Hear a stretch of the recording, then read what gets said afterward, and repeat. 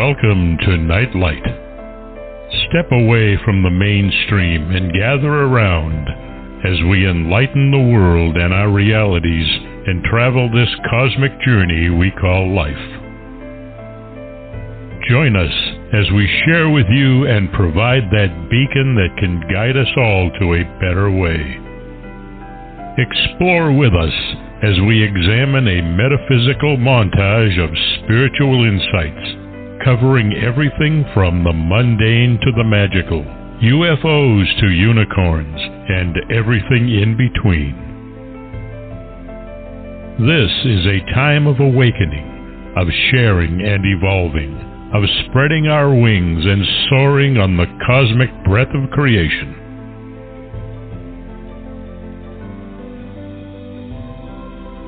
Come and join with other light-minded spirits as we weave our lights together to seek understanding, enlightenment, and, with a little luck, some wisdom.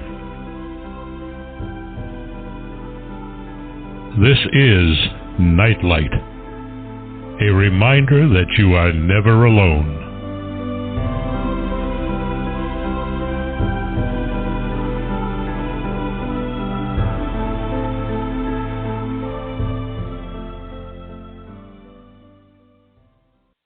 Hope everyone had a great weekend. Welcome to the first of our two Christmas shows. Our guest is the one and only Gary Wayne, author of the Genesis 6 Conspiracy, which the Nightlight audience loves his work, and his appearances have been our highest rated shows. Part 2 of his book is coming out in March, and we'll talk about that here in a little bit. And Gary and Barbara will be doing a 7-week series in the spring. So keep checking the Nightlight website for this series is going to start. For the last 3 years, did the descendants of the Nephilim attempt to end the two main God-centered holidays, Thanksgiving and Christmas, with perpetuating the fear that you'll kill grandma. Christmas tree lighting ceremonies are being interrupted by ceasefire demands. Lawsuits happen all of a sudden when the county courthouse puts up the manger scene and demands to remove the 10 Commandments. But are a lot of people making the connection between the de-emphasis of morality and the increase of crime. So should this Christmas season cause us to refocus on putting on God's armor from the book of Ephesians to stop the evil bloodlines who want us to begin eating bugs for holiday meals? Hi, Gary. How are you doing? Doing well, and thank you for inviting me back to the show, and so happy to be here, and want to wish everybody a very Merry Christmas and the best of the holidays to all, for no matter what religious perspective you have or non-religious, that it's a celebration that so many people can participate in, that it's truly an interesting and a really good time of year, and I hope it's preserved in that sort of spirit. Mm-hmm. Yeah, and that's basically tonight's show has two questions or two themes. Have the jealous elites misled us into worshiping like the wrong symbols and idols, such as Santa and his helpers and Yule logs, And number two is, like, how do we get back to the original meaning of Christmas? It just seems like with all the world turmoil going on, kind of have to wonder, is the West becoming, like the Babylon from Revelation 18? Is it more centered around just Davos, or are we dealing with soulless leaders of demonic bloodlines? That's probably enough for just to have you go on a 2-hour rant, and I can get a sandwich and come back and let you know the show's about over. Yeah. When's your book coming out? but that's kind of like where, how have we gotten to this point of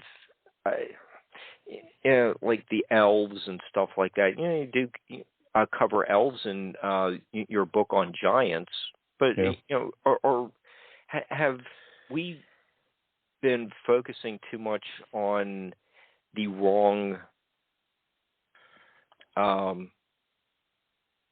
symbols? It's a really good question. So it's kind of yes and no.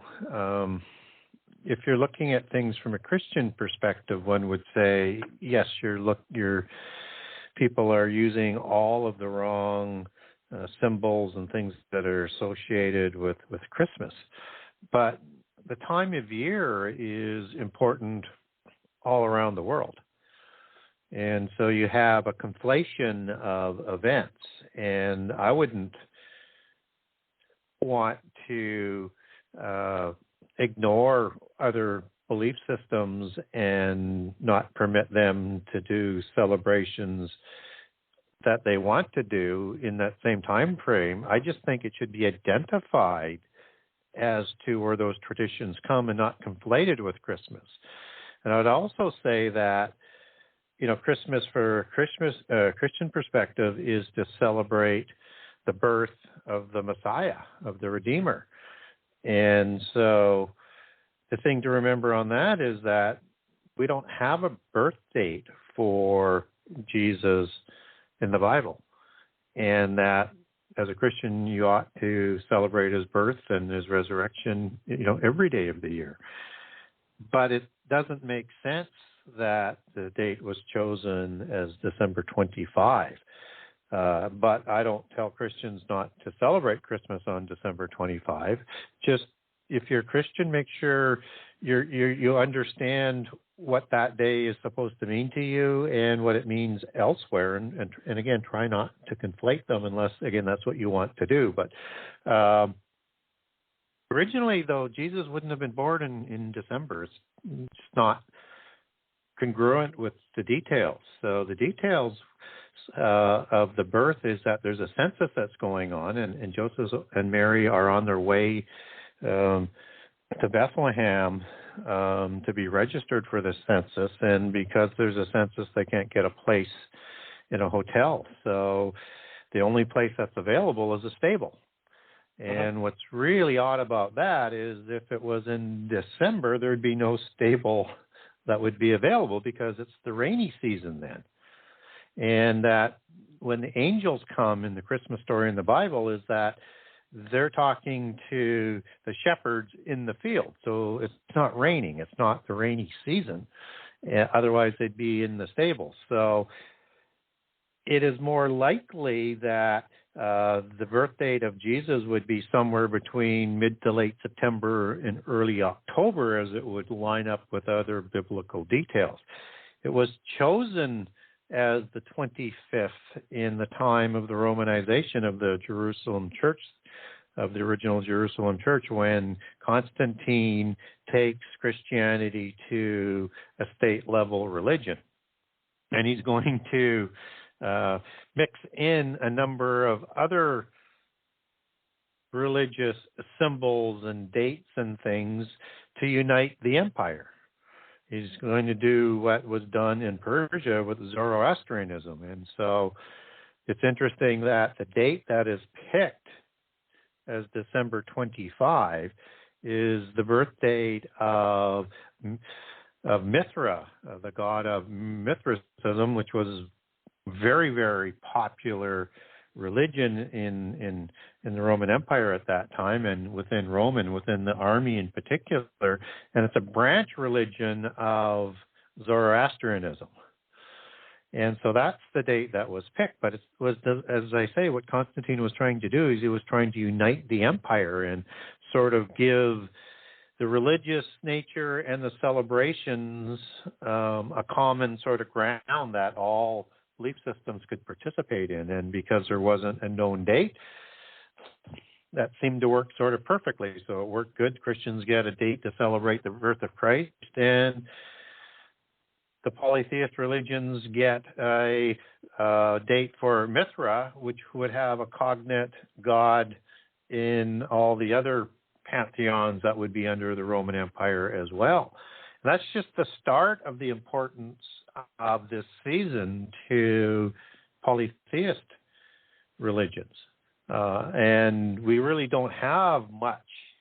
We don't really have anything in December from a Christian perspective for a celebration then.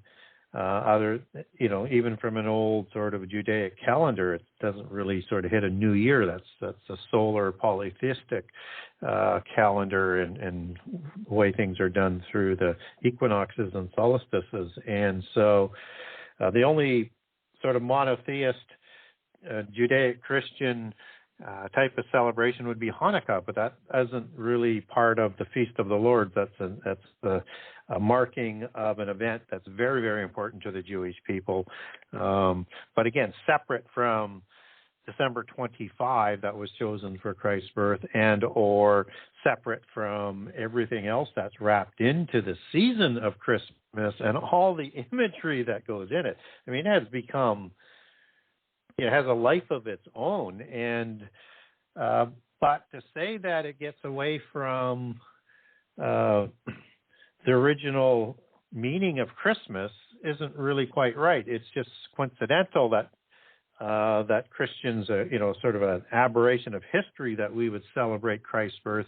At the same time, all of these other polytheist important religious days are marked in a season of that begins before Christmas and ends in New Year's, and maybe even a little bit afterwards. So all of those things we can get in and talk to and see how that has been adopted into the not the cosmology, but the sort of the merging of all of these different beliefs from different cultures into this one celebration.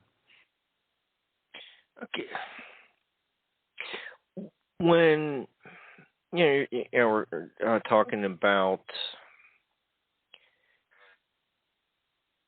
one day, December 25th, and it was originally set aside for the, you're saying the polytheistic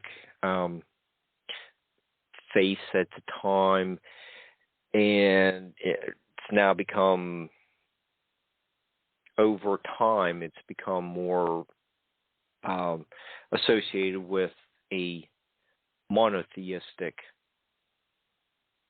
faith. So you kind of have a little bit of this duality on one day. It's connected to Mithra. It's connected to the cognate version in India with Mitra.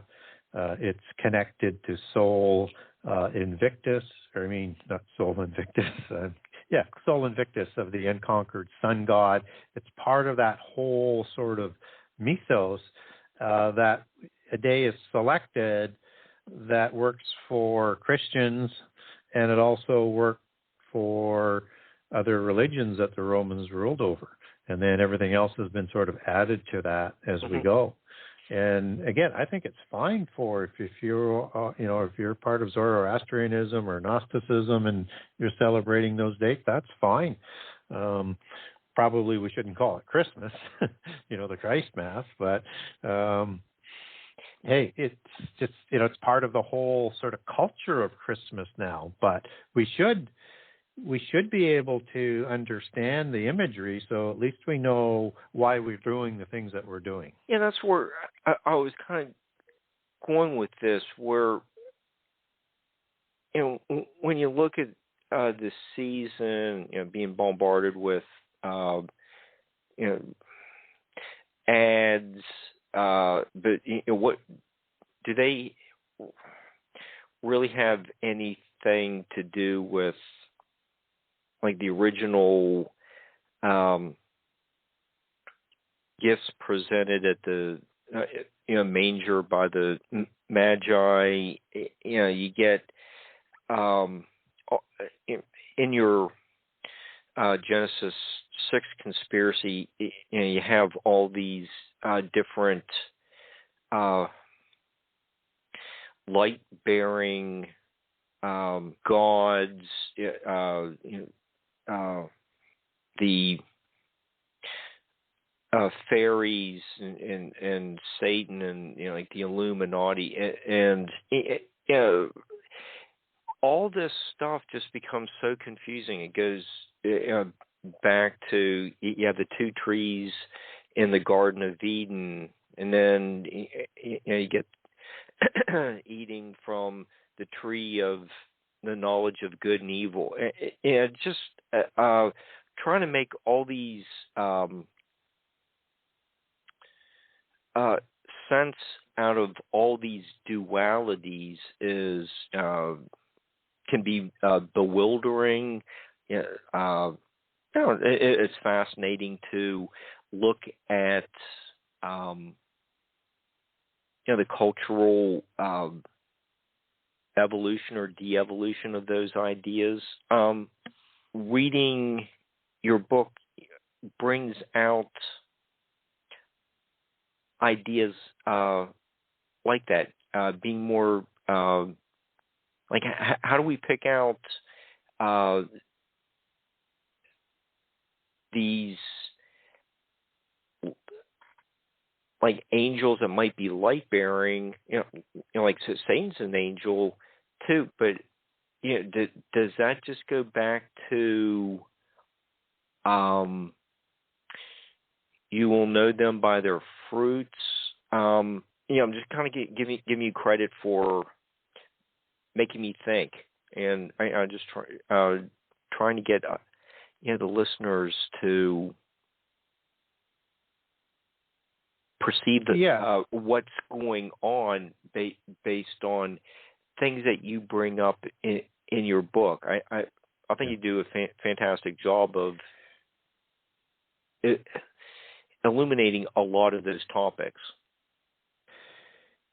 Yeah, and one of the things that the first book does, doesn't matter what walk of life you come from, it allows you to sort of decode things, and you understand the language of the imagery to a certain degree. So, you take the gift giving, and there's layers and layers and layers and layers in there, and so you have a gift giving, as you were talking about with the Magi, to the family of Jesus, to Joseph and Mary, and these are kings as they're described to us, and Magi, so they're kind of like priest kings, and they're recognizing a significant event, and so and they would do things in a manner to honor the gods that they were worshiping, because they were polytheists as Magi. That's what they would do, and so they gave those gifts in honor because they sort of understood they ought to do to mark this sort of event. And so that's what is also done in polytheist religion. So some of that gift giving is sort of carried over into the Christmas understanding, and giving gifts can be a terrific thing, and it's it doesn't have to be expensive, like everybody says. The old adage is it's the thought, and it's to celebrate with family, as opposed to the size and the over sort of commerciality that tends to infect us today. That's always how much more you're going to spend, and then there's another part of the gifts that gets overlaid into it in, starting in about 280 AD with the birth of a person called Saint Nicholas. And he's a Greek saint, as he gets sainted after he dies, of course. And, he went through some rough times. He was exiled and imprisoned by Diocletian, the Roman emperor, and Nicholas died in 343 AD. And so partially where Santa Claus comes from would be Saint Nick, but it's more of how do we mix this in so it fits onto an overlay of some other myths and rituals. And so they take Saint, as in Santa, and Klaus from Nick for Santa Claus is sort of the standard sort of story. And why he's kind of connected in there is because he gave gifts away. And he's also known for giving to some nobility females. He gave three bags of gold to. So that's where the tradition from a Christian perspective would come from, but it's not a biblical tradition to do this. But there's nothing wrong with giving gifts as long as you're not doing it from a Christian perspective of honoring other gods. Now, as you get into the other belief systems, they are honoring gods with those kinds of gifts. And as you get that sort of transitioned into Santa Claus, you have a changing, not just a change, I mean, you're adding a whole new mythos into there. And so originally, Santa Claus was a small elf-like figure in America in the 1860s, and there's an older history that we can get to on this. But it's the Santa Claus idea that where he's delivering gifts to the children, just as Saint Nicholas, the Greek saint, gave also gifts and cookies and fruits and nuts and things to the poor children. This is sort of how you create a converged sort of mythos. And, Santa Claus is also understood in some cultures as particularly in Greek, as Father Christmas. Ius Valicio. And it means it was represented in old Greek history as an old man and a white beard and a red cape. And it was celebrated on January 1st back in the Greek tradition and in the New Year. So you see a relationship there. You have a German sort of a character that is Kris Kringle, or German Chris Kindle, and it's a Christ child is the meaning of that. And it's built on a polytheist tradition of Krishna, so out of the Vedic belief system. And of course that was part of a lot of the Celtic belief systems as well, because they're the same pantheon, just different names and some cultural vernacular sort of rituals, but it's the same worldwide polytheist religion. And it was understood as Kris Kringle as an avatar of Vishnu, so with Krishna. So one being the Avatara and one being the Avatar. Avatara would be Krishna in this understanding, and almost like a son of a god. So again, you can see the relationships in that, as it could easily sort of be merged in with the Son of God or the Word of God, the Trinity in the Bible, and that the gifts by the Magi were given to Joseph and Mary and in front of the baby Jesus. And you have out of that mention of what I said in the 1860s, where Santa Claus in America was known more as a small elf, now you have another tradition that comes out of Egypt that is going to start bringing in more elves. And this is the Krampus, version of Santa Claus, and Krampus is more of a dark Santa Claus than some of the other sort of imageries, and he has dark elves as well. And this is sort of dates back to the prose Edda out of Norse mythology.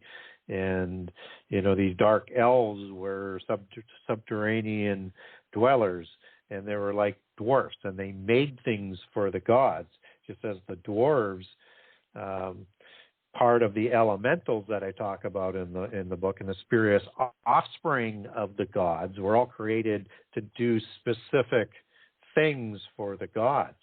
And with the dwarves, they made the weapons for the gods and the demigods, and the elves did all sorts of other things with technology and things like that. And they were known as the elven people. And then you have also white elves that can be associated with Christmas as well. They tend to be larger elves, and they're pale white, and they're likely, sort of an understanding that you would place them with the Shea people, or the Shade, or the Tuatha Dud Anan, the Sea. There's several different pronunciations for the same sort of people that were white-skinned and blonde-haired and blue-eyed and red-haired and hazel-eyed, just like the Nephilim were.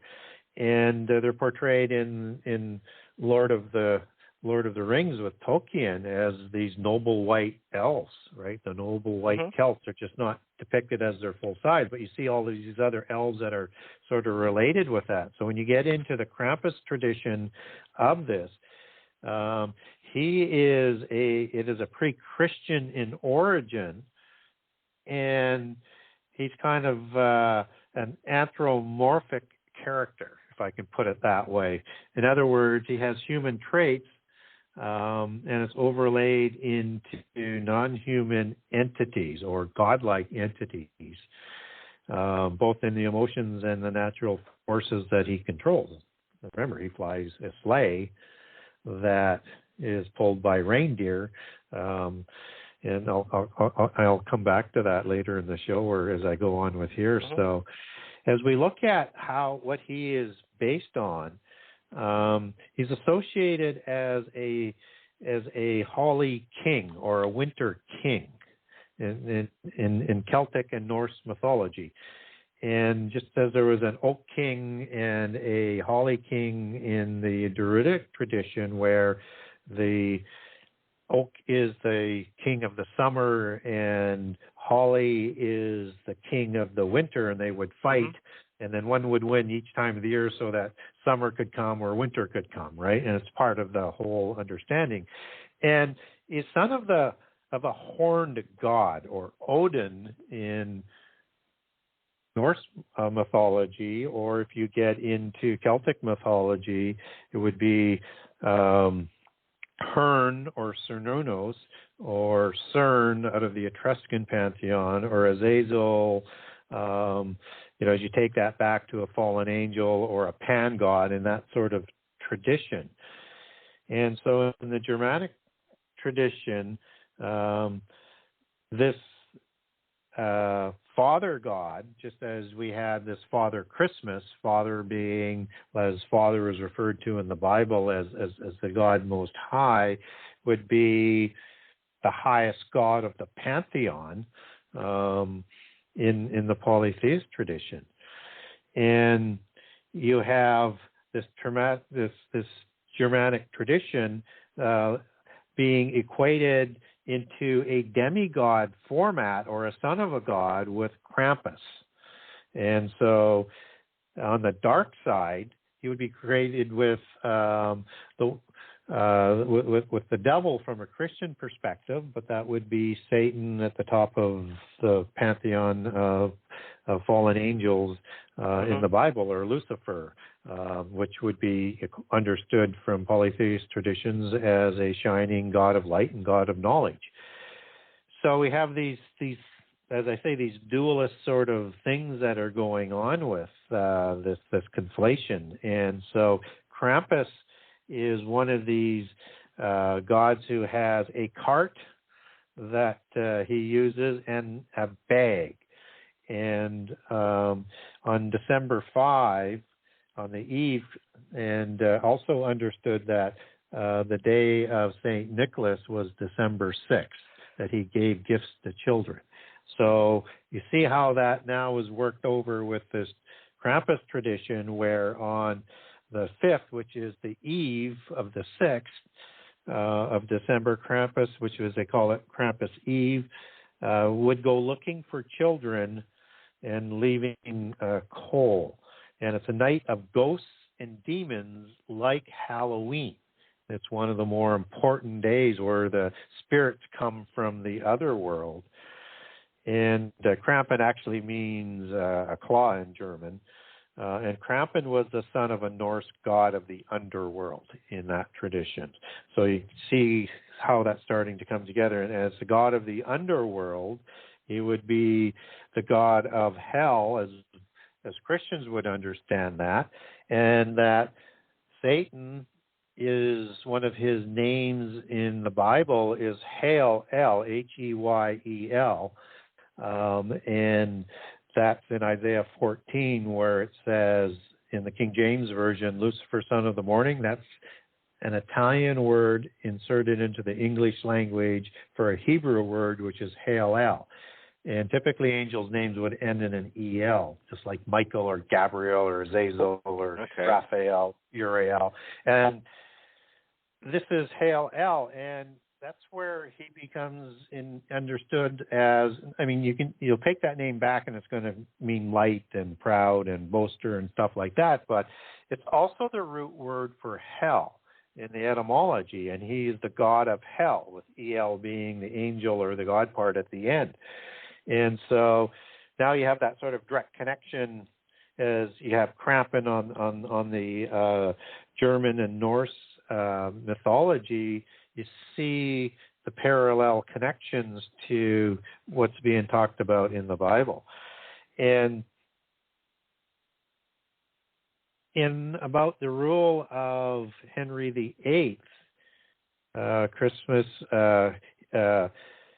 not Christmas, but the day of St. Nicholas celebration was moved to be on the same day as December 25. So now everything from a Christian perspective, from an English king and country, is starting to move things together in that sort of manner as well.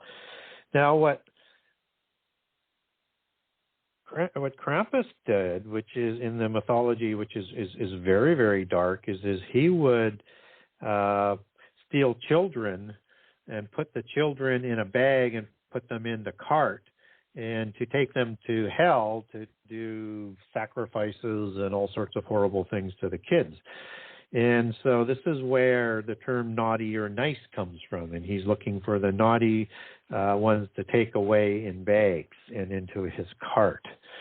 And with this tradition of Krampus, you have these dark elves that are associated with them. And these are the ones that are going out for him and collecting the children to take them into subterranean locations or into hell. And so you get some really awful sort of depictions of what some of these elves and dwarves would look like. So they weren't the ones making the toys. But in polytheism, you have a macro dualism and what I like to call a micro dualism, and forgive my superficial analogy, but within the religion you have like black magic and white magic. You have good giants and bad giants. You have good witches and evil witches. And on and on and on with that sort of dualism, and white hats and black hats as they're known in the occult today. And they have a same agenda and worship the same gods, but they do it in a different way. So as the mythos goes, the white hats and the good ones are more favorable to humankind, and the other ones are not so favorable. So this is starting to talk about a separation of the bloodlines, the spurious offspring of the gods, the ancient heroes, Nephilim in the Greek. And Hebrew tradition out of the Bible, respectively, the Anunnaki, earthly Anunnaki, and watchers, earthly watchers that are the offspring of the heavenly ones in Sumeria. And you have this tradition of these giants all around the world that are the offspring, just as Krampus is an offspring of a specific Norse god in that German tradition. And so the light side of that tradition has this Santa Claus that is giving gifts to everybody around the world. So you see that sort of dualism, how it's understood in the occult. And what's interesting about the reindeer is it's almost like an imagery of a watcher with these horns. And in Greek mythology, you have Apollo and Zeus and other gods and goddesses who had their thrones, their chariots pulled that could fly with these great white horses and or unicorns and or as they're also, unicorns are also understood not only as this large horse that the Nephilim would ride on into battle, but they're also known as a heavenly being as well. So two different groups. And this would be a watcher being. And biblically, you have the chariot being pulled by God by cherubim. And just as Ezekiel 1, 3, and 10, and in the Psalms, it talks about the cherubim also pulling the chariot of God that's in the vision that Ezekiel receives. So you see this God form and this demigod also asked to Santa Claus that is being talked about that rolls through, again, different cultures, different religions around the world. So you can kind of see how you can start to roll in this tradition and start conflating it into one. But again, you should understand what those traditions are so you can make your own decisions on that. I think you did a great job of keeping everything separate and showing how they become conflated. I really like that. There's just a lot of things, just dealing with what's in your book and making it into a holiday type show is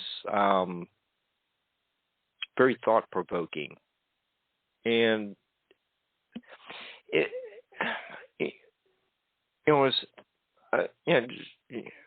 think the last time you were, I guess, with Barbara, kind of kicking around some ideas, and I didn't realize tonight was the Krampus night. Yeah, that was just synchronicity, or maybe it could just say, oh, I planned it that way to make it fit, but it was, to be honest, it was just just nice timing to get into things like that. But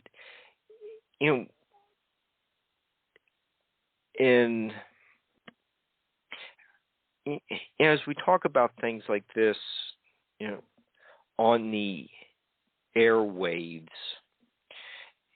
you get that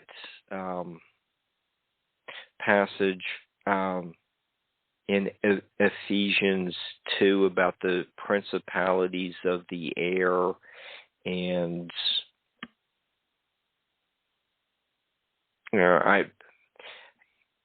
I'm always glad to be able to do a show, but sometimes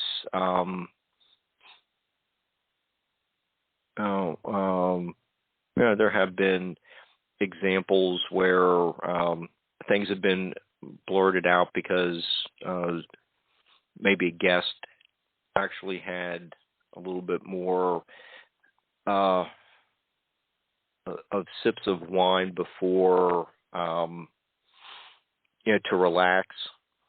I'm not responsible for that, but I think Barbara and I, try to be a little bit more discerning. But sometimes, there comes a time when you have to talk about some of the, maybe a little bit more harder aspects of what's going on in the world. I'm sure you have to deal with that too. It's a little. It does become a little unsettling for at least me as a host. That makes me a little uncomfortable, kind of talking about some of this. But most of the rest of the show is okay. With a job like I have, and what you do, appearing on so many shows,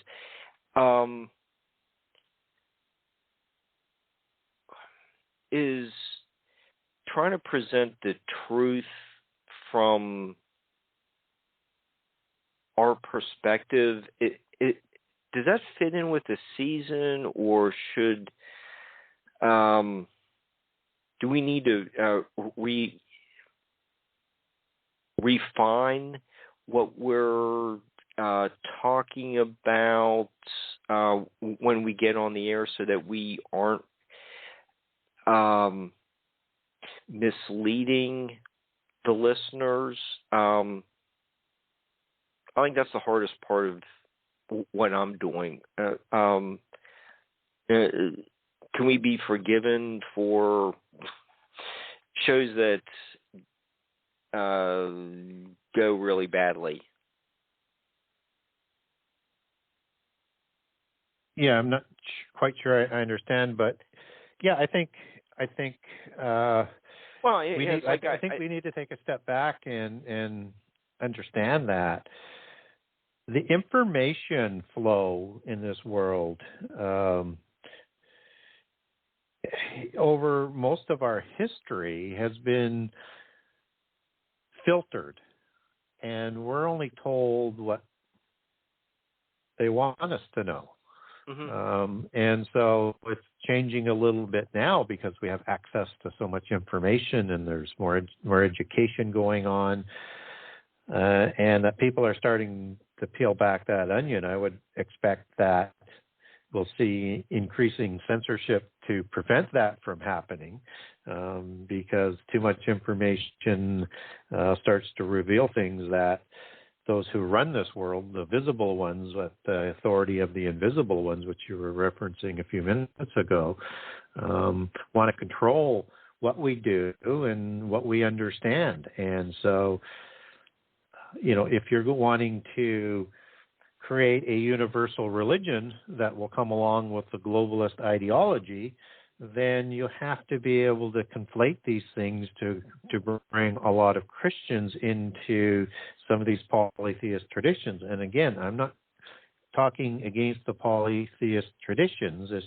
just that we're not taught in the West that these are polytheist traditions. And that's, one needs to know where some of that imagery and things come from, because they're manipulating us. So we can have these celebrations, and we just need to decide and learn and be curious to learn about this. And for people in the media, whether it's yourself or myself or other media, they ought to be more honest about where some of this stuff comes from, or ought to be more curious to get that information to sort of talk about it in a way that makes sense for people, because all you do is you're creating wedges. Like, you're creating forces against celebrating Christmas and forces who say, no, let's take Christmas back and keep it and everything and be the way that we want it to be. But what is it supposed to be? And if you don't know where the traditions come from, you don't know what it's supposed to be. But it's kind of a sign of the times as well, is that anything that's sort of associated with Christian for celebration is to be censored and not done, but all other festivals are permitted as long as it's not a Christian one. And I would pull into that sense some Judaic celebrations as well, because of the Judaic Christian tradition that seems to have this happening to them way more than other religions and cultures. I know people might take an issue with me on that, but we're certainly seeing that more and more and more. And that we need to understand that there's very little in the Christmas season for Christians, but again, we ought to celebrate the Messiah from a Christian perspective and the birth. And, people are familiar with the 12 days of Christmas. Nobody really knows what the 12 days of Christmas is or where it came from. You even have this song that's played over and over and over. And so starting, on December 17th to the 23rd was Odin's Wild Hunt, which is part of the 12 days, but that started off this whole Christmas season. So you had a similar hunt that was done in the Druidic tradition, because it's just a different Celtic tradition and a different culture. And starting on December 21, which is the solstice day, right, you start the 12 days of gift giving, which goes through the new year in a couple days after Christmas. So that's where the 12 days of Christmas comes from. It's part of that season of the solstice and the season of Hearn, the season of all of the sort of chief horn. And as I say, it goes right through to that celebration of January 1st, and then the gift giving, continues for, a couple more days. So when you look at that term, the holiday season, where does that come from? And there's layers to that. So we can look at it from two different views. But again, once we understand the conflation, then again, it helps us to decide what we want to do. So, typically holiday comes from, Old English as, Helig Dag, and it means holy day. So from a Christian perspective, there would be a holy day for Christ's birth. But from a polytheist tradition, and the Celtic tradition in this case, it would be the holy day of Mithra that would be being celebrated. And there's also an allegory to Holy Day, which is it's the Holly Day, Holly Day, as some traditions like to refer that to. And of course, holly is associated with Christmas. Mm-hmm. And it has Celtic traditions that go with it, because it's mainly a Celtic tradition. And so, holly is thought to be, from a Christian perspective, adopted in. So again, one can see how these things can be conflated. It has red berries and it has green leaves and thorny leaves, right? And it's green in the winter. And so typically the berries are, they look like drops of blood, as some people like to describe them, and they're considered the blood of Christ. And the thorny leaves are considered to be a relationship to the crown of Christ, or the crown of thorns. Oh, okay, Yeah. I see that.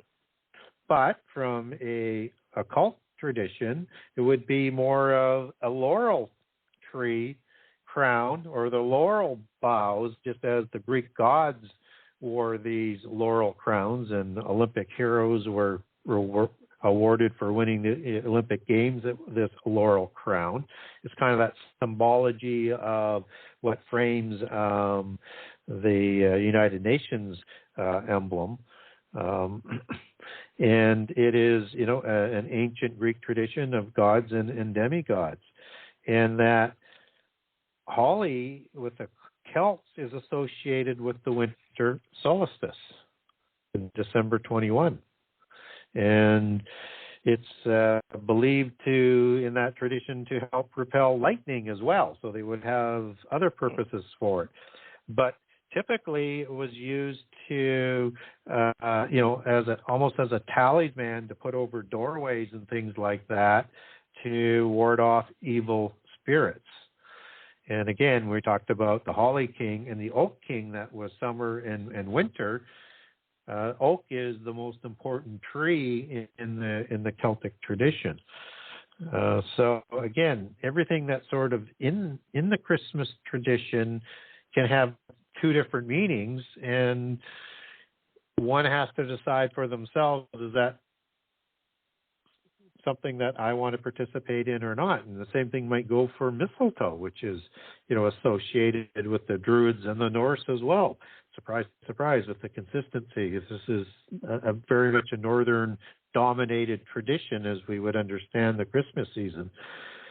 And it was thought to possess mystical power and to provide good luck.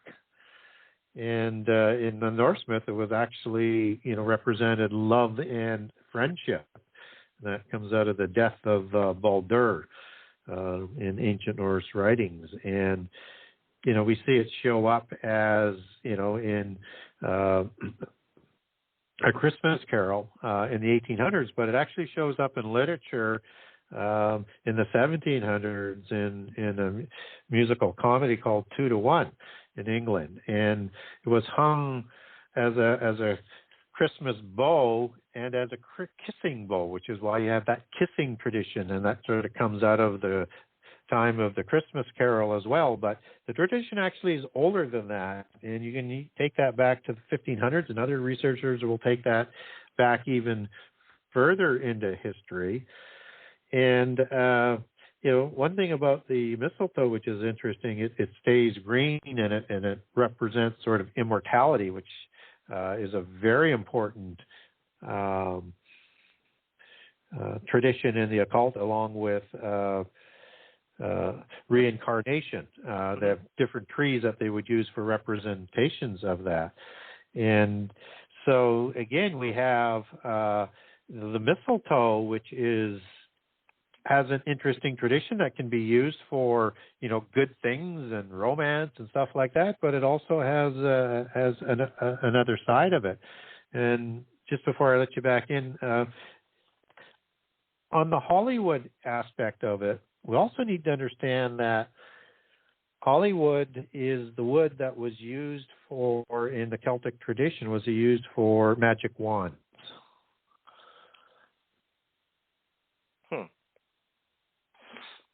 Okay, that's a perfect setup for next Wednesday night show. Okay, so we're that was you were just giving us insights into all the symbolism of the oak trees, the holly tree. The wands were made from what kind of wood? Hollywood. Okay. Like where the movies are made. Okay. I'm sorry. Okay, what is like the symbolism of the gifts that the Magi are bringing? Is the frankincense is kind of like a plant gift as well? Is that right? Yeah, my understanding would be very similar to incense, just a more expensive sort and more rarer version. Okay, so that's just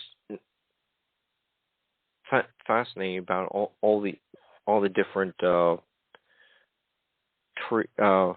trees and shrubbery that and you've been discussing.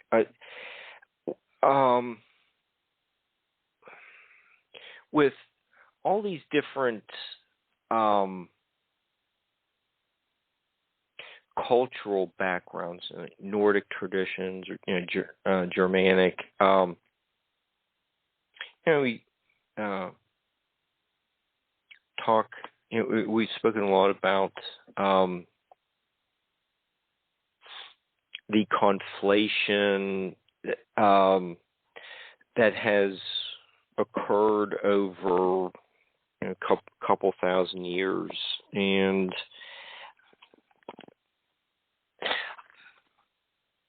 one of the topics that you present a really interesting story about is Psalm 82 with the Counterfeit Council in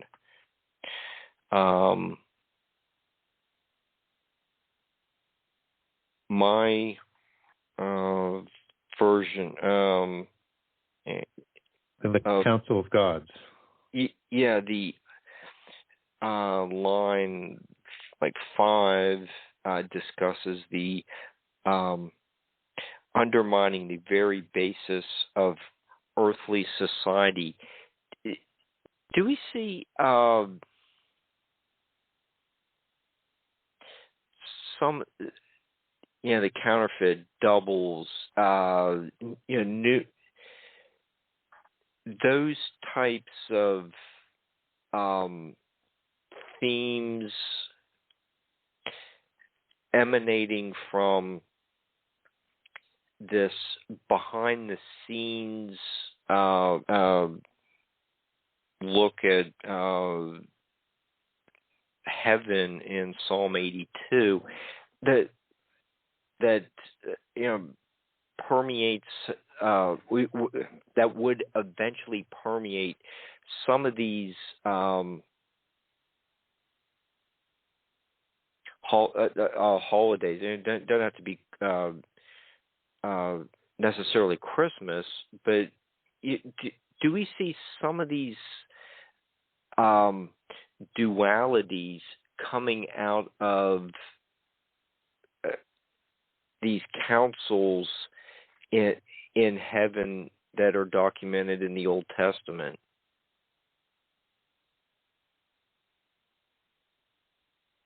So is the question do we see in the holidays some of the things written in the Bible that would talk about the dualities that we see? Yeah, or like the line undermining the very basis of earthly society, or is a line like that undermining part of the reason for creating the duality, various types of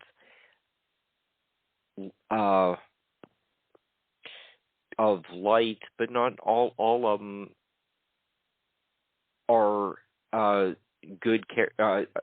Some of the characters are malevolent. So I was just wondering if. Yeah, I think we get that, and certainly in Psalms 82, this is talking about the invisible ones that work with the visible ones to rule the earth, and Satan is the prince of this world, and that, as you mentioned earlier, not only Satan but others masquerade themselves as angels of light, and so you have a duality, within that of white hats and black hats within polytheism as well, and that the Psalms 82 on the Council of the Gods, when I say they rule over the world, I mean they're ruling over the original 70 nations, as Deuteronomy 32 talks about, and that's both before and after the flood. And so counted by the 70 patriarchs in Genesis 10 and 1 Chronicles, and numbered by the 70 sons of Adam, which we don't get listed in the Bible, just in Deuteronomy 32, that they would have ruled over before the flood. And so you have this sort of extension around the world of these 70 nations, and so you just have sort of that hierarchy sort of back up into the 70 original nations, and then the spurious ones that are created as the demigods to rule over those nations that have the authority to rule as gods over humankind. And so, not everybody who's in polytheism is, this evil sort of person. They're worshiping their pantheon of gods, but within the belief system, there's that good and evil that's always at odds with each other within that belief system, just as the larger macro would have Satan or Lucifer or Hallel being classified, or the great architect of the universe as Zoroastrianism or Mithraism would also call their main god. It would be the equal of God, and that, again, you get that dualism at the macro level. So, yeah, I think in most of the holidays, you're going to see that dualism. You have the good side and you have the bad side of that holiday. And then as you wrap the Christian celebrations into those, you get the same type of thing sort of happening with that. And so Easter would be, another holiday that's wrapped into those spring May festivals and things of polytheism, with Easter showing up in the King James Version Bible in Acts 12:4, and the word is Pascha, which is Passover in Greek, and it should not have been translated at Easter, but Easter is a transliteration of Astaroth, Astarte, Ishtar, all of the queen of heavens that are talked about. And so the Easter egg is representing fertility, and the fertility goddess, Ishtar or Ashtaroth, whichever version you want to use for a transliteration of there. And the rabbit has nothing to do with Passover and the crucifixion of Jesus. So you have that sort of being conflated with imagery as well. But again, if you're looking to globalize things, you want to conflate a lot of these celebrations of the different religions so that they start celebrating more and more, even though you might celebrate them differently if you knew the differences. They would still be celebrated at a similar sort of time. And in a lot of these traditions, and you were mentioning that there are trees that are involved, or shrubs or plants and things like that. Mm-hmm. In ancient celebrations, and biblically we get this as well, that they're called groves. The main celebrations were, in sacred groves or sacred woods, certain places like that. So now you roll that forward to the Christmas tree, and you have a Christmas tree that can be used for two purposes in terms of its understanding and its imagery. So you can have this beautiful tree, you can put this beautiful angel or whatever you want at the top, you can decorate it with Christian imagery or lights or whatever else you want to do, or bulbs that would be representing the fertility goddess, for the Queen of Heaven. And you have this evergreen tree, which would be a northern representative of the cedar of Lebanon, which is understood in polytheism as the Thelemic tree, and it has a lot of meanings in the different levels of polytheism, and one of them will give you the hierarchy of secret societies and how that all works, and the bloodlines and how that intersects, how the roots go into where their gods are, into Hades and Sheol, otherworld, and when there's 100 different names for the same locations where they receive their power from, because the bloodlines rule this world with the authority of a specific godfather. And so when King Charles III swore an oath to God, he was swearing it not necessarily to the God of the Bible, but to one of his, another form of a Thelemic tree. There's two forms: the genealogical tree, which again has the roots that go down into heaven and their connections back to specific gods or fallen angels, and then the Nephilim or the Rephaim as the visible patriarch for that bloodline.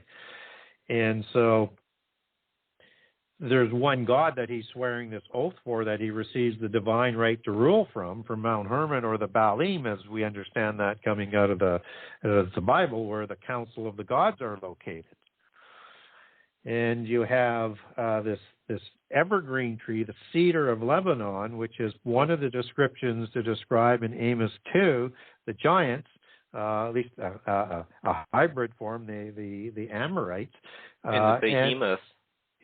And also the oak tree is for their strength. And again, you get these similarities and discussions. It's talking with referencing what's going outside of the biblical world. And this tree represents immortality because it never sheds its leaves. So it's very, very important. Just as the ash, oak, or elm tree, and typically the elm tree would be the ideal genealogical tree and a very important tree in the occult, represents, as it loses its leaves, as a broadleaf tree, it would represent reincarnation in the genealogical thelemic trees. But in the Christmas tree, it's a representation of the cedar of Lebanon and part of the groves there. And then as you would take that around the world, as close as you could get to those trees to continue with those kinds of traditions. And of course, Mount Hermon, as I said, is the location of the Council of the Gods. So it's a representation of the power coming from that mountain and through the earth and into those two kinds of trees. And then you have, not necessarily as a star or an angel at the top of that tree, as in but the angel or the star, which would be Satan, Lucifer, Hell, who all polytheist religions would have a cognate form or vernacular name for that same god. And so this is what you're putting in the tree. So if you're starting to decorate that tree in a way that is not reflecting Christian imagery, you're starting to do a ritual and an idol and things as a non-Christian that you may want to think twice about what you're doing with that tree. So again, it can be used in two different ways, because, why wouldn't you put a beautiful Christmas tree in a sense that you're not associating anything that's evil or not part of your religion, and then decorate it up as part of the festivities? It's a terrific thing that you can do, and then put gifts under it and make it a great celebration. But I go back to making sure you understand why you're doing what you're doing, and then make your decisions. Okay. We've been talking for 70 minutes. I think you're probably without a doubt the most informative guest we usually have on Nightlight. I would assume part 2 is coming out soon. Can you give us a little bit more background on is it a lot of the same material that is in the Genesis 6 conspiracy? Are you going down other rabbit holes in the new book? What are whistles for your new publication? Yeah, so the new book is called The Genesis 6 Conspiracy Part 2, How Understanding Prehistory and Giants Helps to Define End-Time Prophecy, versus the subtitle to the first book, Genesis 6 Conspiracy, How Secret Societies and the Descendants of Giants Plan to Enslave Humankind. This is a book I said I would never write. I stopped a book that I was 300 pages into, and I thought, after doing an 800-page book, what's more to be told, right? That you'd just be kind of redundant. So the inspiration for the book came from the listeners and the correspondence I get from them, or the questions I get asked on shows. And what became very apparent to me is people in a general sense wanted to know more about all the giants that are talked about in the Bible, not just sort of generically Nephilim, but, we want to know all of it, because there has to be more to it than just giants in terms of just the name Nephilim. And Christians wanted to know that as well, but the Christians wanted to know even more.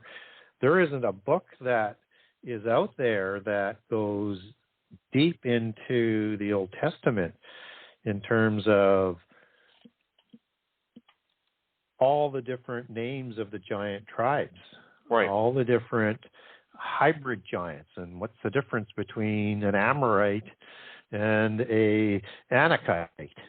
And there aren't many books out there that touch on the angelic hierarchy, both loyal and fallen.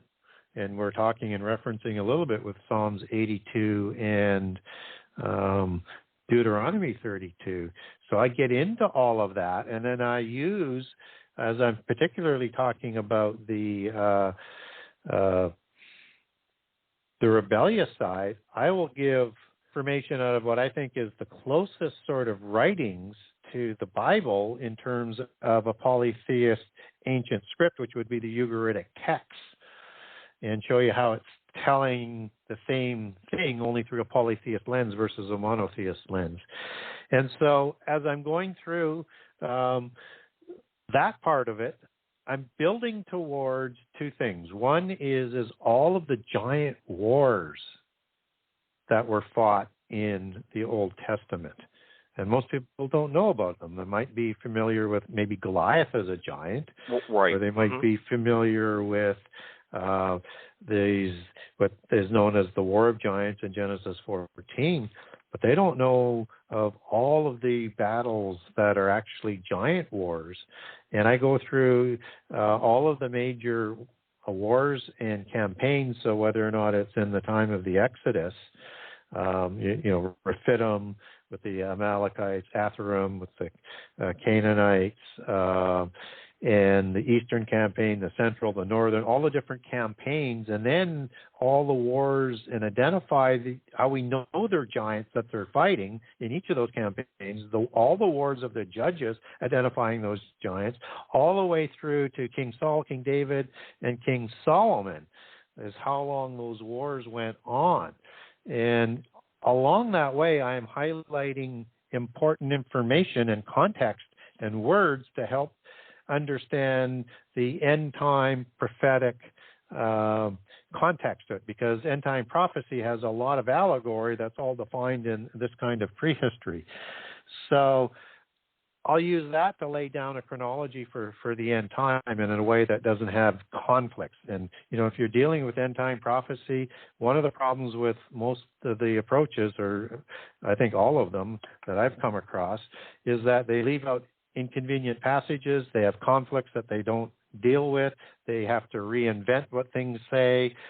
All sorts of different red flags that should show up, and it should not happen that way. It has to work perfectly, and it does. And I show you how you can do that and provide a lot of chronology for the end time while doing that. So this book is as unique as the first book, but unique in different ways. And there is a little bit of overlap, but it's essentially all new information. So if you haven't heard of giant tribes like the Perazim, or the Kenazim, or the Cadmonim, or the Makathim, and names like that, or the Jebalim, you're going to love this book. If you want to know more about giants, you want to know more about gods and fallen angels and the relationship and how the hierarchy works in this world, and you want to know how that relates to the end time and how that relates to the bloodlines, this is a book that is can be read independently, but will lead you to want to maybe read the first book, and vice versa once you hear about the second book. You preface what you're going to say about part two with, it's like, I don't know why I want to get into this, like, what's more to be told. What, just with your appearances on Nightlight, so many people, of our listeners, as well as all the other shows that you are on, I think so many people really want to hear these kinds of stories, the folklore, the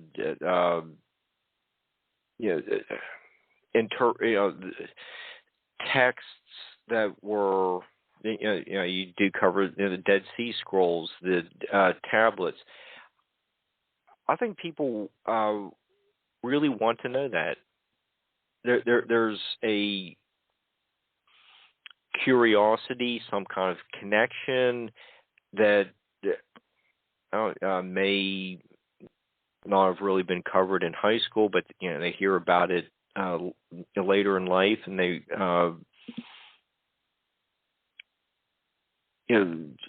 come across your appearances, and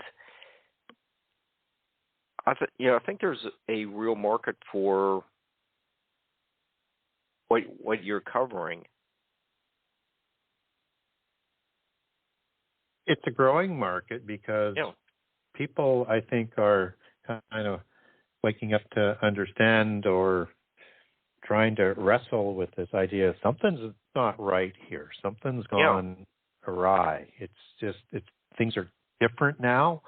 Don't know why it's moving in that sort of direction, and I can't make sense of the world. So much of the comments that I receive back is two things. Is one, will be, the Old Testament for the first time makes sense to me, or the larger one is for the first time the world makes sense to me. And it's not saying that you're going to be in nirvana, so to speak, because you have a better understanding of the world. It won't make you feel like this is heaven on earth, because it's not.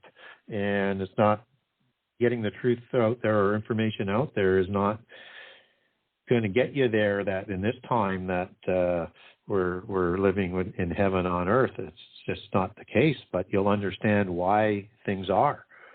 And you can start to relate things to what is going on out there. And,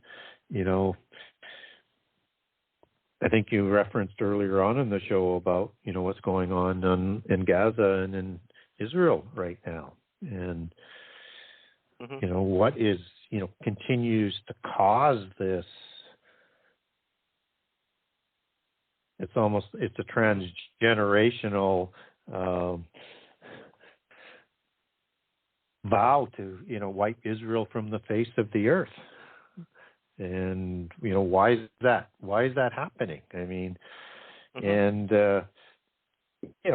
we all know the history of the Jewish people from the time of their diaspora after the fall of Jerusalem to the Romans in 70 AD. And they've been persecuted throughout that history. I mean, they're going through the curses of the covenant, which is what Book 3 is going to be about. But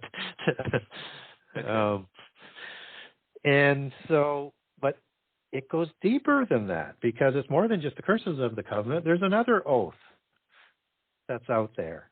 And in the time of the Amalekites, who were created as a hybrid version versus the giant version, although the hybrids moved to live amongst the giant version of the Malachim at Petra. In Genesis 36, you have Timnah, who's going to marry Eliphaz, son of Esau. brother of Jacob, who received all of the blessings or stole all of the blessings from Esau.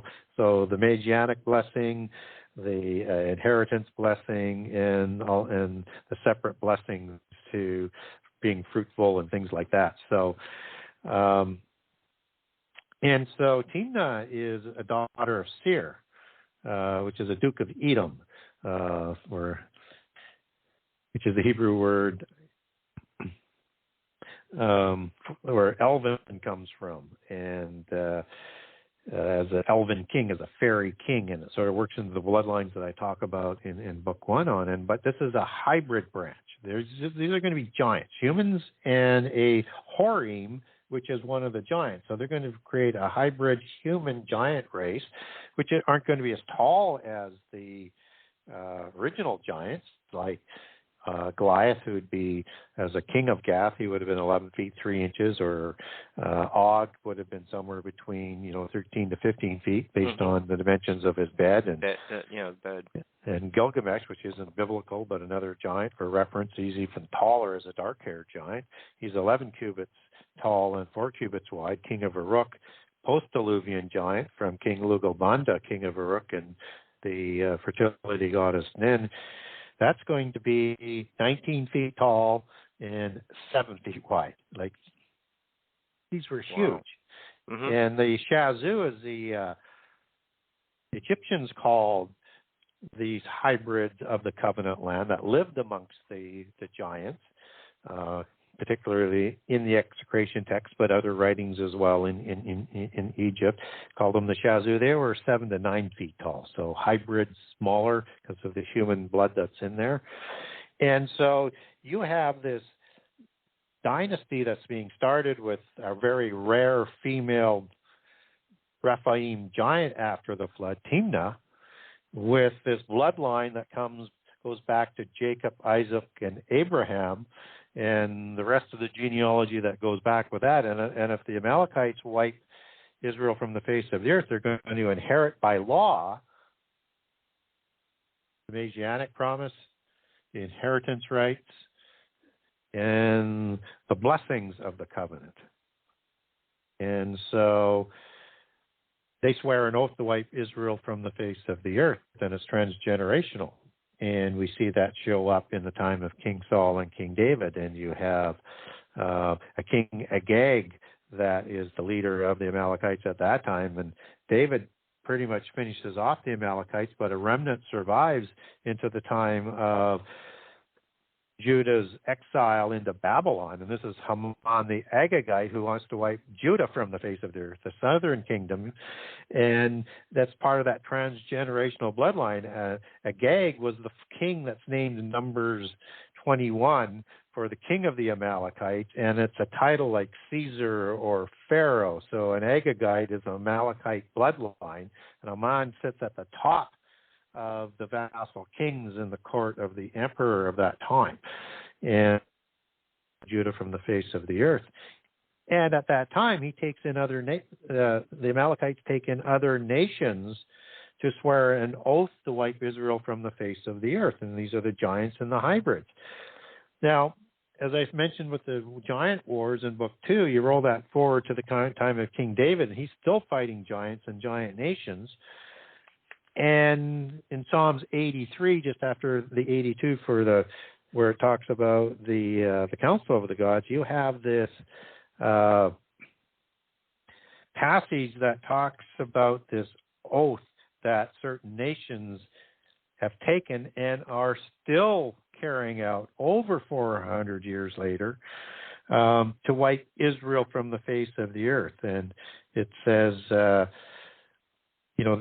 Psalms 83:3 says, "They have taken crafty counsel against thy people and consulted against thy hidden ones. They have said, come, let us cut them off from being a nation, that the name of Israel may be no more in remembrance." And then that time, I won't read any more off of that passage, but here's some of the names of those nations that are in this allegiance, this conspiracy to wipe Israel from the face of the earth in the time of King David. You have Edom, which is where we talked about where the Amalekites come from, the Ishmaelites, A lot of the Arab nations will come from the Ishmaelites. Moab and Ammon, which is basically the Jordan region. You have Gabal. They lived amongst the Amalekite giants in Petra, and also up in the area of Tyre. The Hagarenes. Hagar, again, is a consort of Abraham who produced Ishmael, and again gives you bloodlines into the Arab nations. And you also have the Philistines. And the Philistines lived in Gaza after they expropriated that, and then formed a larger alliance with some of the giant nations. And the Palestinians are the descendants of that. And what's interesting is Hamas, and these are quite wealthy people that are doing the leadership, and they live in Qatar. They don't live in Gaza. You have, at the time of the Philistines expropriating Gaza, they're going to war with the Anakim and the Avim, and the Philistines are going to control 5 cities of the Philistine Pentapolis, which was the nemesis of Israel throughout the age of the Judges, by the way, and into the time of King David and Saul. And David is the one who finishes them off or takes them down to a level where they're no longer a threat. So the Philistines are going to keep Ashdod and Ekron. But the Avim, one of the giants that they were pushing out, they allow them to be part of the other giant that comes. So the Cherithim, Caphtorim, the Pelathim, and the part of this alliance is now going to permit the Avim to control Gaza, or Aza as it was known back then, and they're part of the Philistine Pentapolis, and the Ashdod. And so this is that same oath that is history to wipe from the face. That oath is Tyre. And a Canaanite also had other giants that were in the working their terrorism to wipe Israel from the face of the earth out of Lebanon. And you just might kind of wonder, like, why are all of these different factions have this oath to wipe Israel from the face of the earth? It's almost like it's just something that is beyond a generation and almost in the DNA, or forces that are continually trying to bring this about. And for me, it's if you want to understand what's going on in the world, you're going to start to get a better idea by understanding what happened in the past. And it's really important to also add in there, you're going to have a better understanding of where things are going to be going. And we don't have to like this war that's going on over there, but this is something that is not easily resolved when you're talking about, transmillennial oaths. Yeah, you mentioned a little bit ago about, it's a changed world. Really, I'm sure Barbara could even tell you that a lot of the authors who contacted us about, hey, got a new book out, it really, I think a lot of our shows started becoming more research, and it's just interesting with everything that's gone on in just about the last 4 years. More people are writing, digging into the Bible for sources for their next books, our audience seems to really enjoy it. And it's, the comments that we've had, Barbara's had a couple really fascinating shows with James Tabor. That's why I keep going back to, from what our the Nightlight listeners are telling us is, they want to know. I think your discussions with us over the years have given them, the listeners,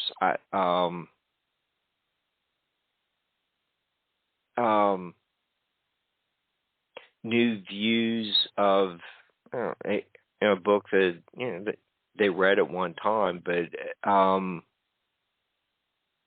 your interpretations of New Jerusalem or something like that are bringing them back to rereading the Old and New Testament with new eyes, and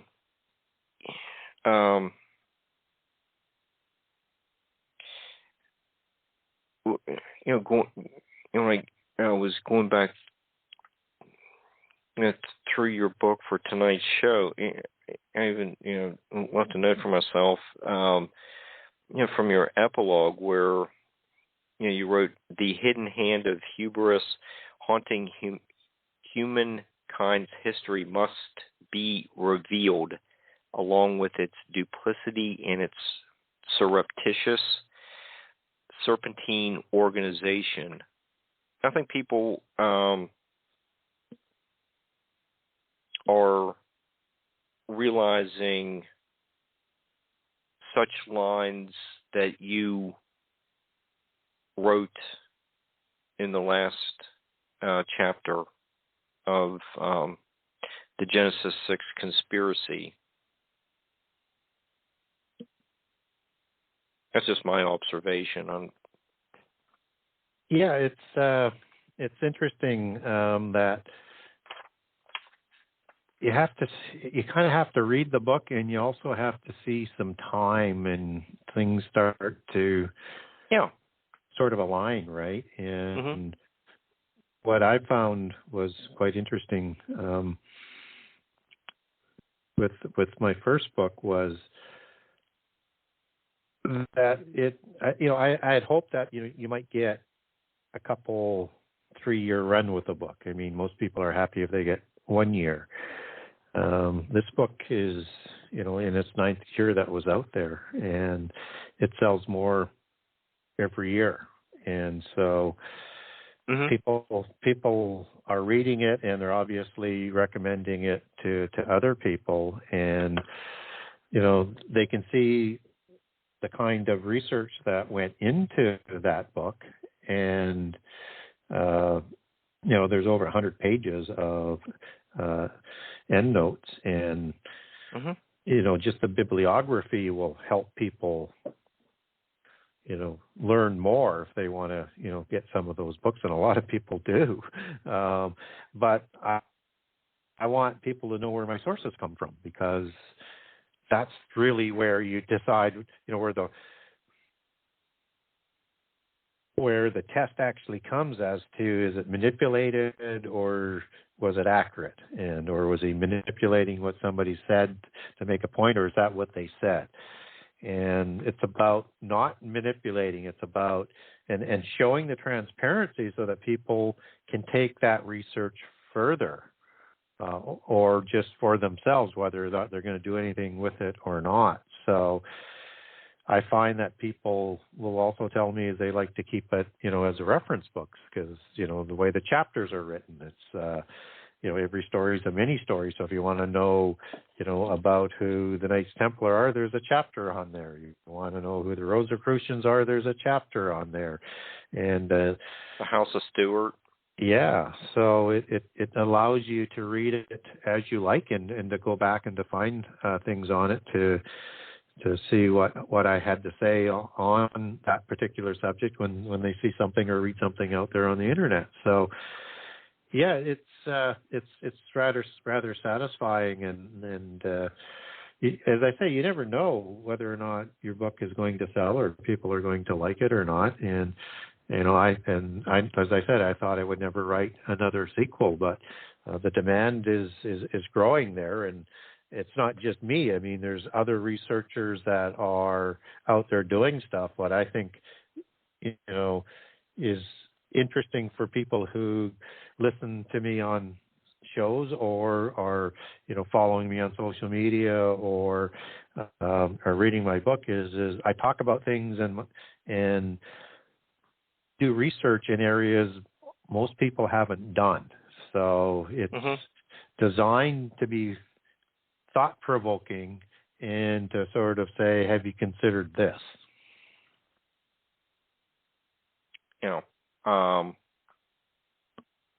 The project I'm working on is basically the same thing. Have you considered this? So I'll keep you posted on that. But Barbara hears enough about it. Well, like, I don't need it.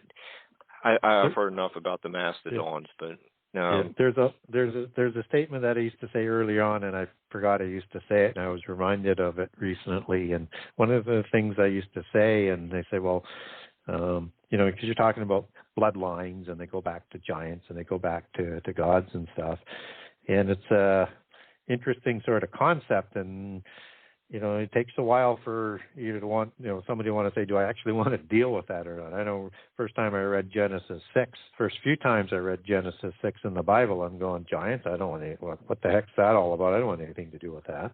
I get that. But if you ask somebody a question like, what makes a queen? Or what makes a king? What does that mean? That'd be related to the bloodlines that you focus on. Yeah, and if people haven't asked themselves that question, it means that you just have accepted what the hierarchy is, but you haven't dug into how did they become a king or a queen. Okay, there's a bloodline there. They do dynasties, but where does that authority come from?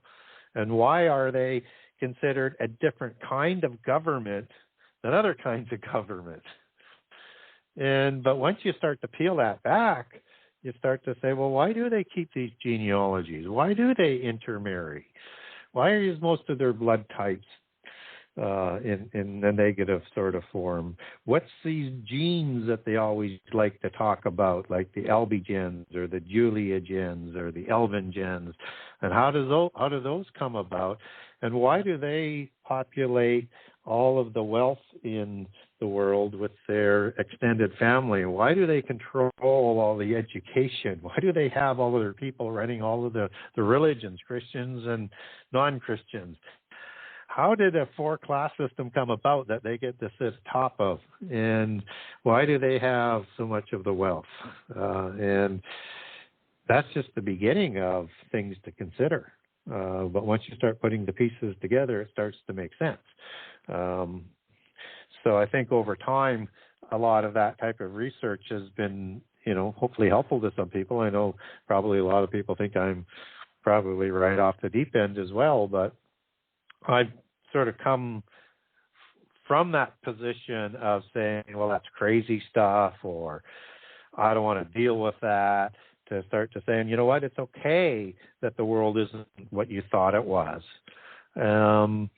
And I may not like what it is, but boy, it certainly makes sense. And now I can start making a decision for myself as to what do I believe and why am I here and where are we going?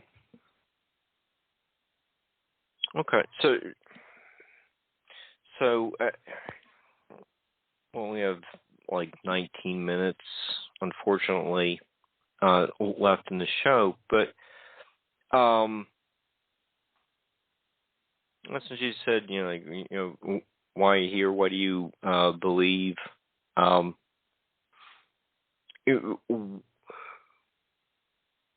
we could wrap up with something like when we're talking about these the malevolent bloodlines, all these battles, the Nephilim. So, how does all that fit into the reason for this season? The little infant, newly born Jesus has a lot to. If we're looking for some hope in today's really fallen world, how does this Christmas season uplift us with so much for one person to overcome? I would say that I would look at it that if you can have a season of peace and goodwill, you can have a year peace and goodwill, and you can have that in a celebration form and a respectful of language, color, religions, whatever, to coexist, but not in a unified totalitarian or one government type of system, because you won't have that if that comes about. But you can look at this season that, and you can go anywhere in the world now and you have Christmas being celebrated in China and Japan and other places, maybe not as the most important celebration of the year, but it's growing every year. And because it hits on so many different belief systems, and you don't even have to have a religious belief system, just the whole idea of celebration, respect, and doing things for others and providing gifts. You don't have to attach any sort of religious connotation to that. So everybody can participate in that, and in their own way. And that's, ideally the best we could have in this world on our own. It should serve as an aspiration that if there wasn't an end time, if there wasn't, in most cultures and religions, there's an end time. If there wasn't, if we could get that recreated around the world, I mean, you could have a whole different kind of world, but it probably won't happen. And for my belief system, it wouldn't happen. But it's one of those things is that it just brings, it's a time when the barriers come down, and it's what we could be as a human race. And it's a shame that we can't move forward with that in mind and get rid of war. But when you have so much of the wealth that is in, and I'm not a socialist, but if you have so much of the wealth in so few people's hands, you have most of the power in so few of people's hands, and their interest isn't in humankind getting along. It's hard to imagine how you could get that on a permanent basis, to have that sort of Christmas spirit, so to speak, in a allegorical term, to be around 365 days a year. It's just not possible when you have those rivalries amongst that kind of power who operate the world as puppeteers. This example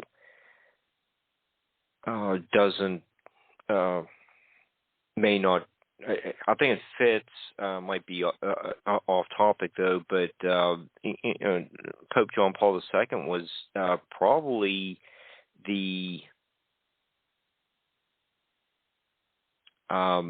most prominent anti-communist warrior. People can only live behind a wall for so long. They yearn for something more than what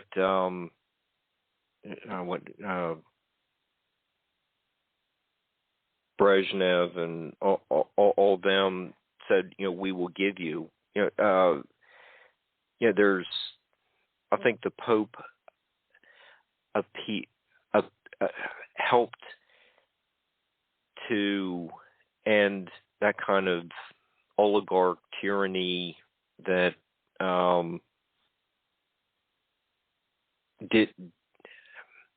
was keeping people in an unnatural state, and eventually had to end. I think that's one of the unnatural aspects of some of these ideas that the bad bloodlines are trying to impose on people. Yeah, and I don't think that we ought to be trying to, through violence and wars, to convert these other nations into our belief system. I mean, I would love them to not be totalitarian states, but you can't. It's not possible to force them into ways and belief systems that work more successfully around the world. They have to want to be able to do that for themselves. Yeah. So we have to be understanding of that, and we also need to sort of realize that we have to protect ourselves and protect what we have, and not let ourselves destroy ourselves from within our own countries. And I think we see that decay that's starting to happen, and we have to get back to some common values to make sure that we don't weaken ourselves so that we become vulnerable. And I'm not naive to the fact that if there weren't certain people who were raised up in certain times throughout history, evil would have taken over everything. So we have to push back, but we ought not to be the aggressor. Right. If we want the world to come to our way, and I would say this to my fellow Christians as well, is we have to role model and have people want to become Christian, or have people to become more like what happens in the West.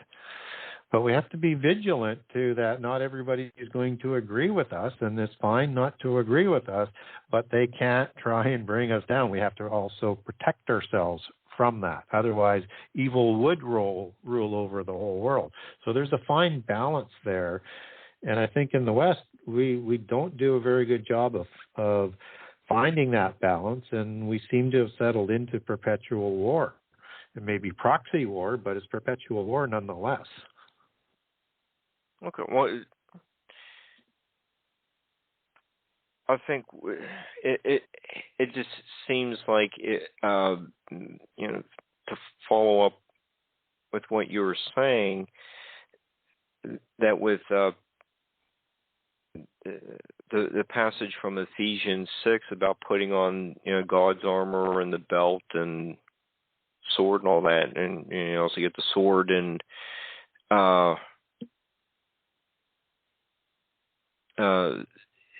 Jesus's mouth, that imagery from the Book of Revelation. You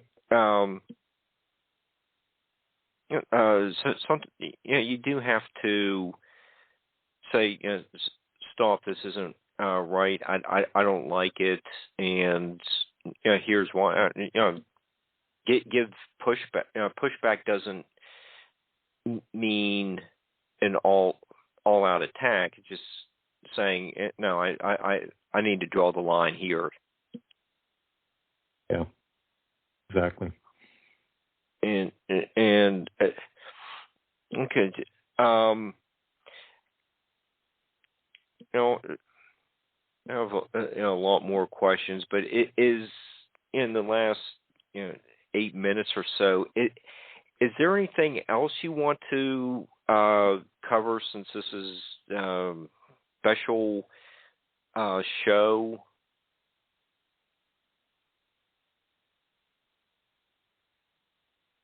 On Christmas, you're referring to? Oh yeah, or any other topic that you want to get out there, a certain message. Just giving you the time, or I can go back. Yeah, to no, I would questions. Say it would be related to Christmas, but in a larger sort of manner, is to question things more. And, when we have so many people trying to manipulate us, and the typical fashion that's being used of late is, you have to do this, or we have to do this, or we'll destroy ourselves from the face of the earth, whether it's in nuclear weapons or in famine or global warming or overpopulation, or we don't have enough energy. If we need to start asking more critical questions, so that we hold those people making those assertions accountable. But we don't have that today, and they're able to say and do things because they know people aren't going to take that stand, that line in the sand, and saying, I might buy into what you're saying, but I need to hear more. And I don't want fake science. I don't want political science. I don't want any agendas in there. I just want to know the facts, and the facts has to be connected to being the truth. And so we need to really hold our leadership accountable, and we need to hold our educators accountable to not manipulating the truth, not putting in agendas and belief systems into education, and to teach them again how to critically analyze, because that has disappeared. And when that starts to disappear, your free speech starts to disappear. And that's the area that we're in right now. And there's time to push this back. But we have to be firm, and we have to role model, and we have to collectively all participate. And we're fortunate enough that we do have, whether or not it is a completely uncorrupted democratic system or not, we have the ability to vote. And we have to vote for people who know the difference between right and wrong to begin with, and that if there's any form of corruption, you cannot vote for them, even if they're from your party or whatever the reason that you were supporting them before. That's a non-starter. And we have to be able to push back, because we're teetering on totalitarianism. And it's those who are saying, for the most part, that the people who want free speech and transparency and fair elections are the ones who are trying to destroy democracy. And it's that projection of what the ones who are doing to bring about totalitarianism are projecting on to the people that are trying to stand up, which means you have to stand up in such numbers and take that power away and bring right and wrong and truth back in. And I know the other side likes to talk about relative truth. Truth is what is. Truth is what it is. Always is what it is. Yeah, not what you want it to be. It's what it is. And don't give us fake science. Don't give us fake news. Don't give us any of that propaganda and misinformation, we need to stand up and say, we want that transparency. We want you to do right and wrong. We can disagree on certain issues and be fine with that. But there's things you can't do. You cannot persecute. You cannot censor. If you start to go beyond those types of things, you cannot be corrupt. And you have to do what's good for the country and the people. And that is something that we have to be better at in terms of how we exercise our votes. And they've pushed us into polarized positions, and those standard established parties are like the uniparty, is what a lot of people like to say. And, right. And they tell us, and we've been brainwashed, that populism is dangerous, unless, of course, who's ever supporting the totalitarian globalist movement is popular, then populism is terrific, right? And they're the next messiah that's coming. We have to look at those as red flags, and we have to say no to that. We want certain things. And, the first priority of democracy and of the government is to protect the people. We can't make a statement today they're protecting us. When they're persecuting us, they're letting crime get out of control, and they let our borders become overwhelmed with people that we don't even want to put through the legal immigration system. I'm not against immigration.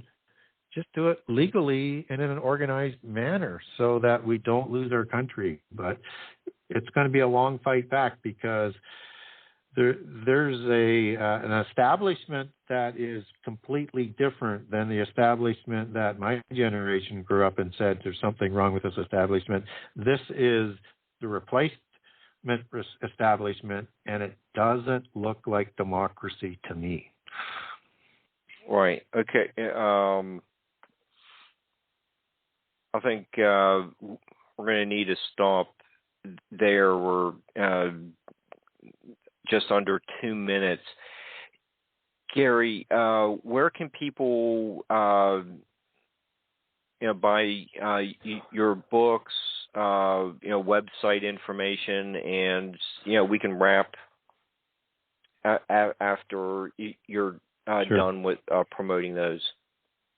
Yeah, so the best place to get a hold of me or to purchase one of my books is through my website. That's the Genesis6conspiracy.com. That's Genesis 6, the number 6conspiracy.com. And on that website, I have a generous excerpt of all 88 chapters of Book 1 and all 84 chapters of Book 2. And even if you just scan the table of contents, I think it's going to raise your eyebrows and get your interest. If you're looking to purchase a book, you can buy a signed copy off the website, or pre-book a printed copy for Book 2. There's no pre-ordering for Kindle at this point, but there will be soon, I'm hoping. And if you live in Canada, there's a Canadian page. If you're in the U.S., there's a U.S. page. If you're overseas, there's an overseas page. Off the website, you can also link over to barnesandnoble.com, Amazon.com, Amazon.ca, and the Kindle version. And if you wanted to get a hold of me and ask me a question, or if you want to get a document, I have a lot of documents. Just name the topics. I got a document. I'll send it to you. It might take me 2 or 3 weeks to get back to you, but I will get back to you. And then you can just go over to contact the author off that website and send me an email. And that's the Genesis6conspiracy@gmail.com, which you'll be sending it on. You won't show it there, but that is the address in case you can't find it. And you can also get a hold of me on Facebook, either at Messenger or on my timeline. All right. Sounds great. Thank you so much, Gary. Have a Merry Christmas. We'll see everyone on Wednesday. Thank you so much for listening to a fascinating show. Take care, everyone. Thank you. Because life moves fast, you don't have time to get sick. Stop by Tipton Pharmacy, your community Health Mart pharmacy, and get the personalized care you need to be healthy during flu season. Simply walk into Tipton Pharmacy at 175 East Main Street, Suite A, Franklin, or call 828-524-8900 for all of your cold and flu relief. That's 828-524-8900. HealthMart, taking the time to listen and care. On Instacart, I can shop a huge selection of pet supplies, from that one brush that scratches him just right, to that extra comfy bed he can't wait to flop down in. And I get everything delivered right to my door in as fast as 1 hour. Okay, settle down. I know it's here. Yes, very exciting. Visit instacart.com or download the app to get a free delivery on your first 3 orders. Offer valid for a limited time. Minimum order $10. Additional terms apply. Instacart. Add life to cart.